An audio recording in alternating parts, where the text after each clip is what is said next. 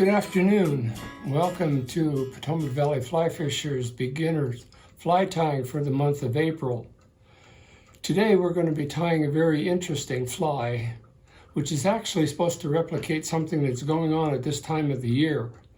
We're going to be tying Magic Cicada Cassinini, or more commonly called the cicada pattern. Now, the cicada, if you were to read our PVFF newsletter, you'd see a little bit of the sort of facts about the cicadas.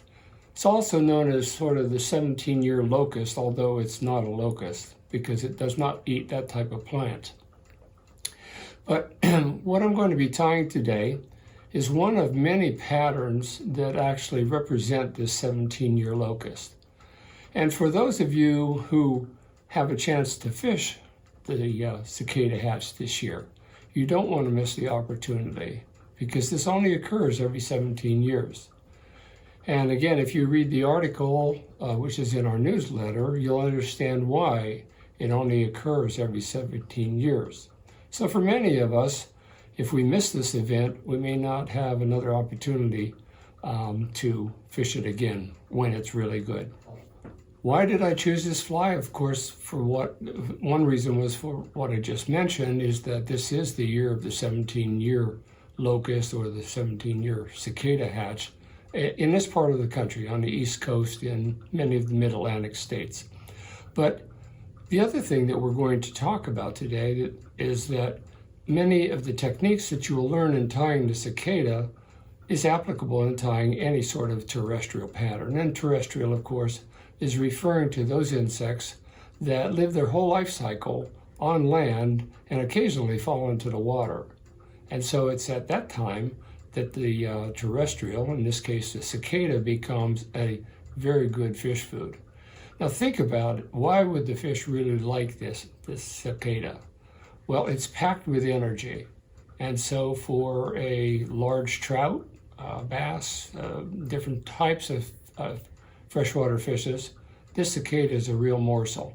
And when there's a number of them on the water, falling into the water, whatever, the fish can really gorge themselves with it.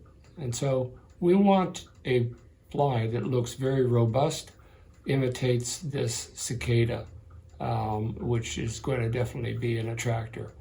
I was fortunate to fish the cicada hatch 17 years ago, and it was nothing like it that I've fished before, at least for trout, because the fish would charge across the pool once you slap, so to speak, once you'd put your fly on the water anywhere where you might suspect that there would be a trout. So it was really a great adventure. So I'm going to show you a little bit to show you the type of varieties of cicada patterns that you might find on the internet. And two of these I took off the internet. This one happens to be a little bit rotund, so to speak, and it looks like it would be a good delicacy for trout. This one is a sinking cicada, and the author of this fly pointed out that there are going to be some times when you might want a sinking pattern, because if you're fishing in rough water, if the trout have been feeding voraciously, they might be in more of a resting stage. But if they were, let's say, at the bottom of a plunge pool or something like that, and you threw in a weighted cicada, it might be a morsel that they couldn't pass up. The one on the far right, as I'm looking at it right here, is the pattern we're going to be tying today. And I am going to be tying it in a dark brown foam. It can be tied in black. In fact, I have tied a number of them in black. But I think we want sort of to be able to accentuate the orange features of the cicada. We generally are going to be choosing something that is dark brown, perhaps dark olive or black. So that's what we're going to be tying today. Okay, so let's get started to tie this fly. I have chosen for the hook for this particular fly, for this cicada. This is a relatively long shank wet fly hook in size 8. And the next thing I'm going to be using is some orange chenille. Now this is going to be for the abdomen of the fly, and I'll show you how I'm going to prepare that as we're moving along, but I wanted to mention that. I also wanted to make the point right here that if you choose not to use chenille for the abdomen, you can dub the abdomen, or you could put on some other material that's going to represent the abdomen of the fly, because the remaining parts of the fly are going to be referring to the shell back on the cicada or the wing on the cicada.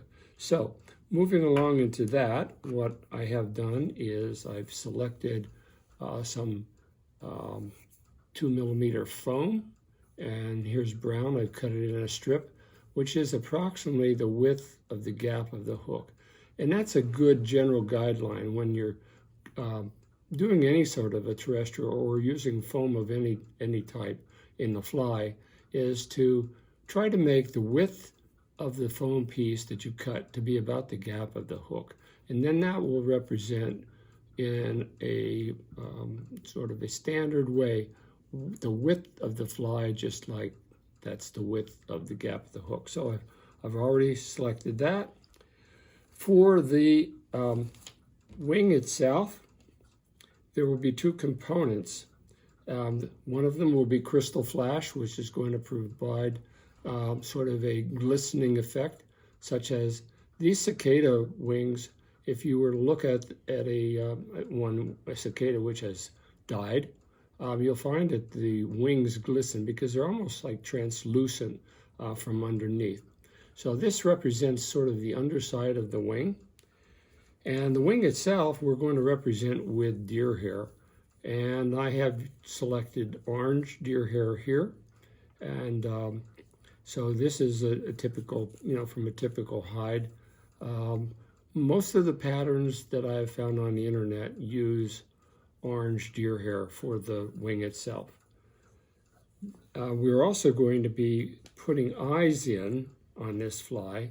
The eyes are not necessary. They make the fly look a little bit more realistic, but this is bead chain. Now in the package that we'll be sending you who sign up for the class, I'll be sending you bead chain or plastic bead chain to represent the eyes.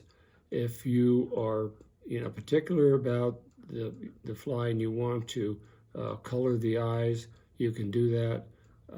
Maybe put a little bit of orange paint on or something like that. I don't think that that's necessary. I'm sure if the fish is looking for this fly, this cicada, it's not being picky as to whether it has orange eyes or not. So you could either put the eyes in, or as I'll show you, or you can leave them out. The last thing that we're going to be using for the legs is some rubber leg material. And what I have done, as you can see, this pack of rubber legs, which peels off in strands, comes as just an orange selection of material. I've taken a black marker and colored some stripes on there, which is going to then represent the sort of the segmentation of the legs themselves. So I've prepared most of these things in advance so that we can move assuredly along through the tying of this fly. So now to begin, the first thing I'm going to do is and I'm using, by the way, black thread. I could use brown, but black is going to be just as fine, representing sort of the segmentation. But I'm starting this, wrapping the thread just slightly behind the eye of the hook, bringing it all the way back to the abdomen, and note where I stop. Immediately above the barb of the hook, just at the start of the bend of the hook. Now I'll clip off this little piece of thread and wrap my thread back forward, stopping at the starting point. I then select a piece of chenille, and I strip off the very end to just expose that little bit of fiber that you normally would strip off chenille if you're tying a woolly bugger or something else with chenille. Using the pinch method, I catch that tip and then trim off that little piece. I can pull this chenille to the side, wrap my thread back to the bend of the hook, stopping at that same location where I had stopped in the first thread wraps.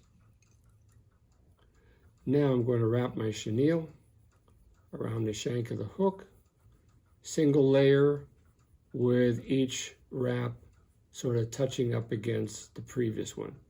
And I'm stopping this chenille right at the point where the thread is now hanging, where I had wrapped it back initially. And that is very important, and I'll explain why very shortly. I hold the chenille off to the side, make a few tight wraps here and behind.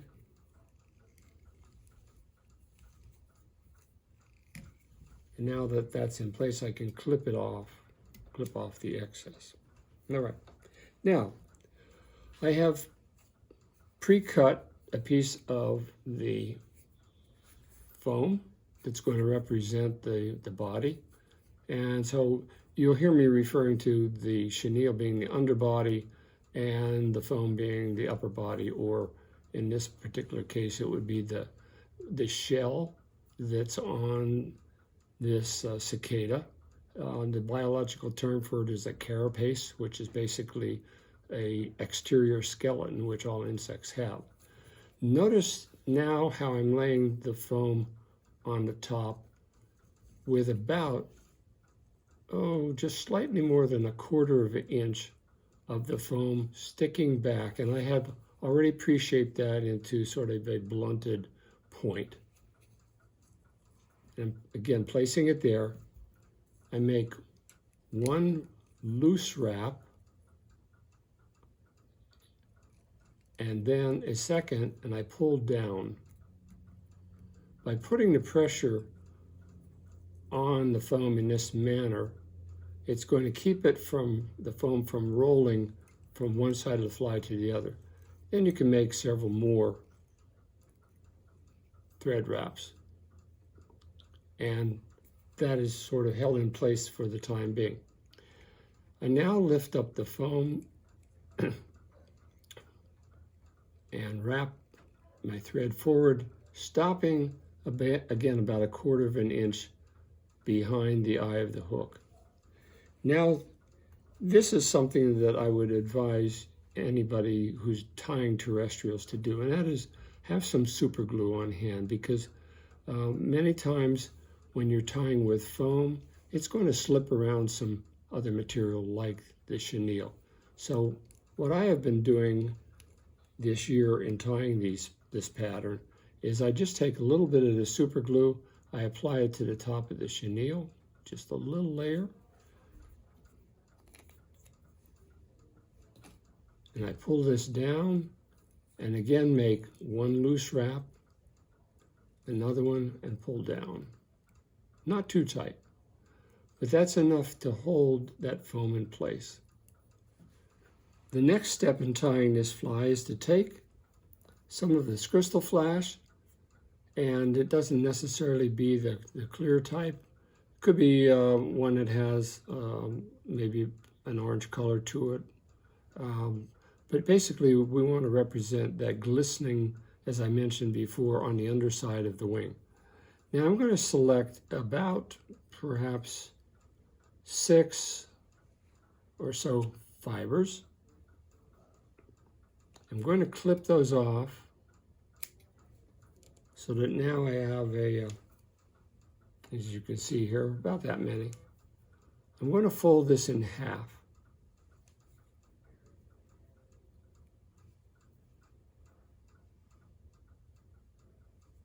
Once I've folded it in half, then I can clip all of those, like so. And now I have twice as many that are half as long, which is going to be ideal for making the wing, the underwing on this fly.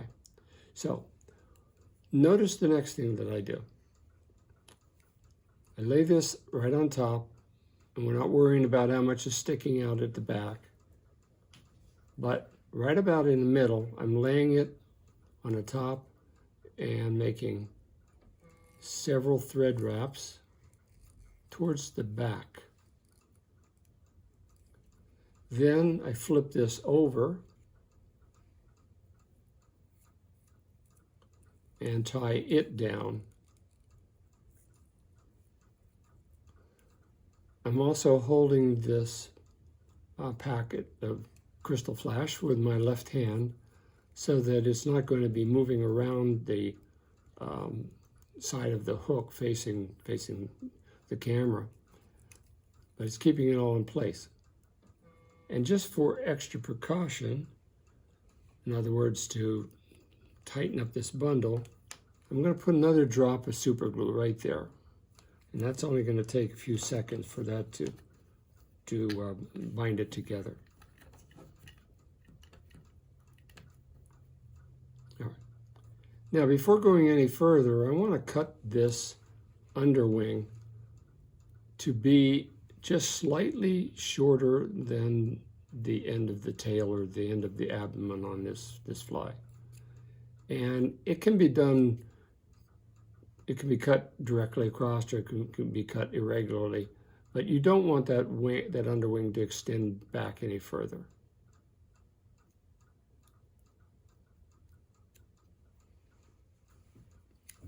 All right, the next thing I'm going to do is take some of the deer hair, and I'm going to cut off a piece about the thickness of a lead pencil.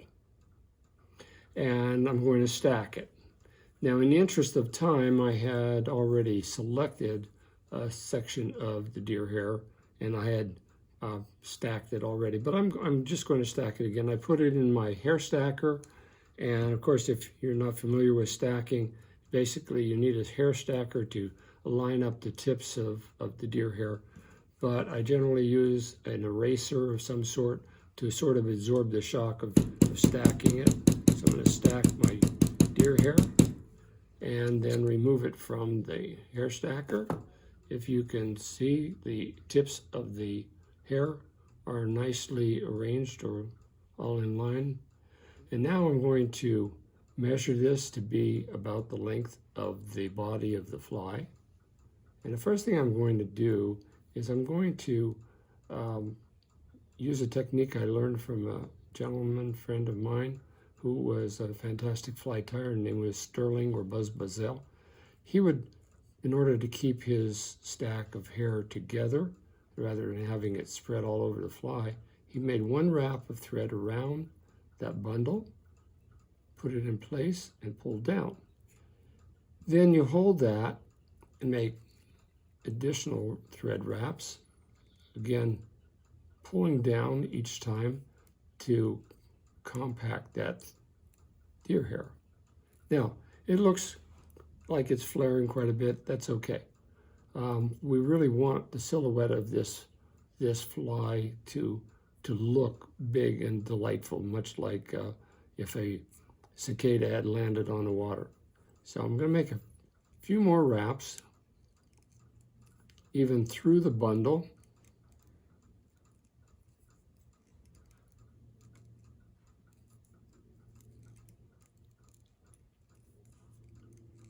And then take my scissors and clip off some of these tips so that they are slanted backwards towards the rear of the fly. And just clip off a few of these little extras here. Now we're going to leave that in place, although I'm again going to take advantage of having some head cement and be able to just cement that wing again in place like so.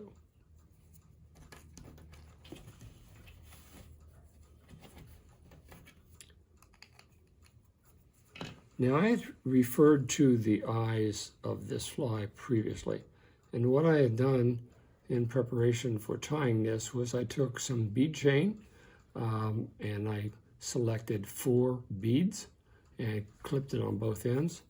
Now I'm going to take my needle nose pliers and slightly crush the 2 beads in the middle. That's going to help them lay flat onto the head of this fly. So that's what I'm doing at this point.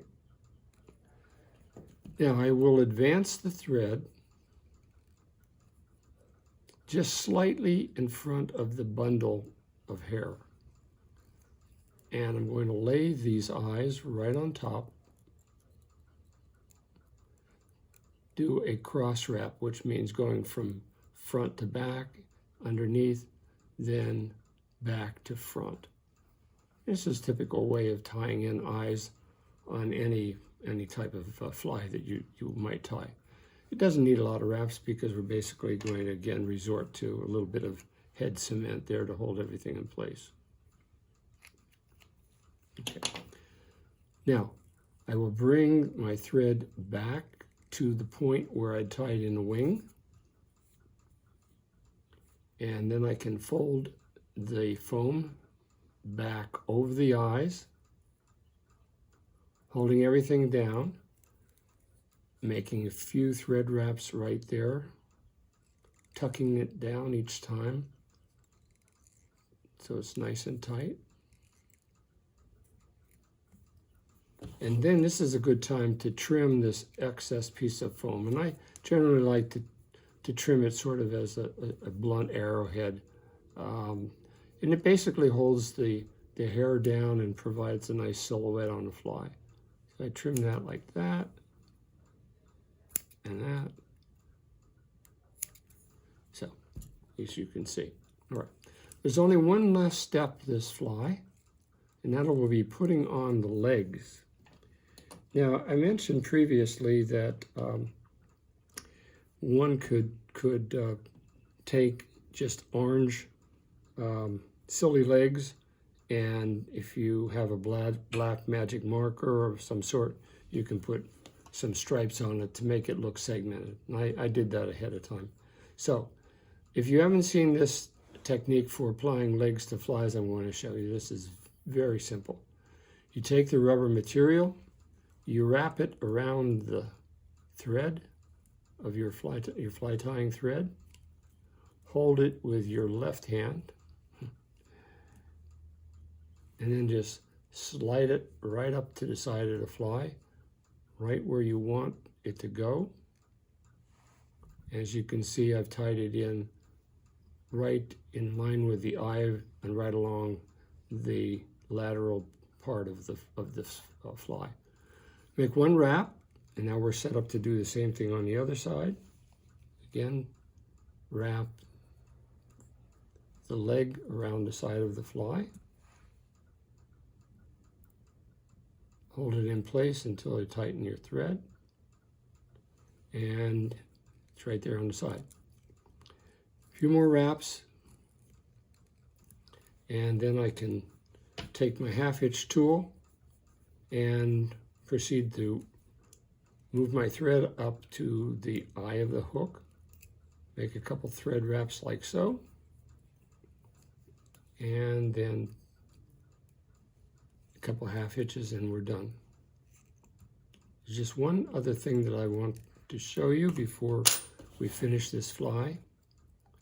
And that would be to take, since the underside of the fly is, pretty bright orange at this point, I'm just going to take my magic marker and just kind of touch it make it look sort of like a dirty underside.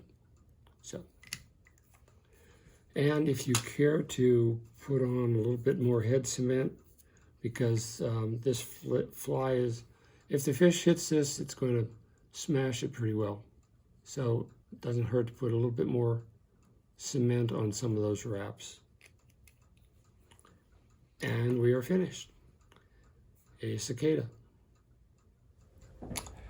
Well, I hope that you've enjoyed this session on tying the cicada, and I'm sure that you will enjoy it. We will send out the materials as we always do. Before we finish up today, I did want to make a few points about how to fish the cicada. I generally fish it either as a single fly or with a dropper.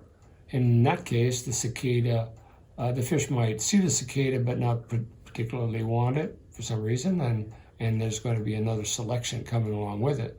But also, in this particular case, then, your cicada is your indicator fly for when a fish is taking your dropper. So, try it both ways. I found both approaches work. Also, you want to think about the size of this insect. And when this insect falls onto the water, it doesn't come down and just light on it like a mayfly would on the water or something like that. It basically comes down and splashes, as many terrestrials would if they fell out of a tree or something like that. So don't be afraid to, and I'm using the word slap it down. I don't literally mean slap it down, but you don't have to make it a delicate cast. You want to get the fish's attention. And so if they're looking for something big like a cicada, they might be, 10 feet away, but that fish will recognize that there's something big landed on the water and they'll come over to investigate. However, on still water, you might want to make the same presentation, but after the fly has been sitting on the water for a few seconds, you want to impart a little bit of subtle movement to it, a little twitch. Remember, this fly is not going to be swimming, but it could be struggling on the surface. And so if it's just lying there, it might not induce the take as much as if there was a slight twitch to it. And then, again, that's for still water. Also, if you're fishing on faster water, and you use the approach that I mentioned a half minute ago, make sure that you mend your line. You don't want drag because the fish is going to notice that this cicada is moving at a rather rapid pace. So just because it's big and just because it's delectable doesn't mean that you shouldn't mend the line. You want a free float, a free drift on this. Now, later in the summer, even after the cicada hatch is over, don't hesitate to keep fishing with it, because remember, it's a terrestrial, and the fish might think that it's a large grasshopper or a cricket or some other terrestrial. So don't limit the time of using the cicada to just when they're hatching in the area where you're fishing. The other thing to think about is that you might want to try this for other fish other than trout. When the cicadas are on, the smallmouth bass are going to be just as hungry to eat a cicada, and as would a large panfish, perch, a large bluegill or something like that. You might want to tie it on a slightly smaller size, but don't be afraid to fish with it. You're not going to get another chance for 17 years.